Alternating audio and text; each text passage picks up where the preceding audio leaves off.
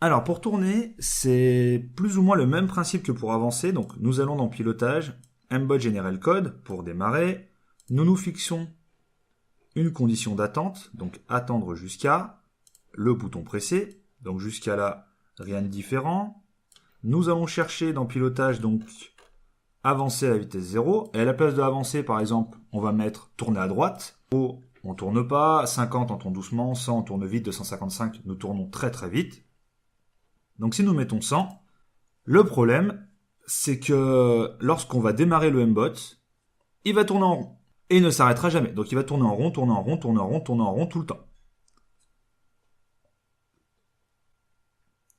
Pour éviter ça, il faut, comme pour avancer tout à l'heure, il faut mettre une condition d'attente. Donc la condition d'attente juste en dessous, à savoir, donc on va rester sur la vitesse 100. Pour faire un angle de 90 degrés, il faut en gros mettre une valeur entre 0,7 et 1. Tout dépend du niveau de charge de la pile. Donc nous dans notre cas, c'est 0,8 secondes.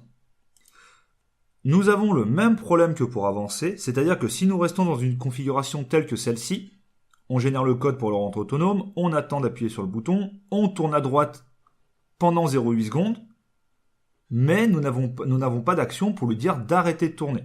Donc si nous ne mettons pas d'action pour arrêter de tourner, il va continuer à tourner en rond, comme lors de la petite vidéo précédente. Donc pour éviter cela, pilotage, 1 avance à la vitesse 0, à la place du avancer, nous mettons tourner à droite à la vitesse 0, et dans ce cas-là, là encore, nous aurons une séquence complète, c'est-à-dire que on va téléverser le programme, le mbot va attendre sagement qu'on appuie sur le bouton, quand on appuie sur le bouton, il va tourner à droite à la vitesse 100 pendant 0,8 secondes, et il va s'arrêter. Donc en gros, il aura fait un angle de 90 degrés.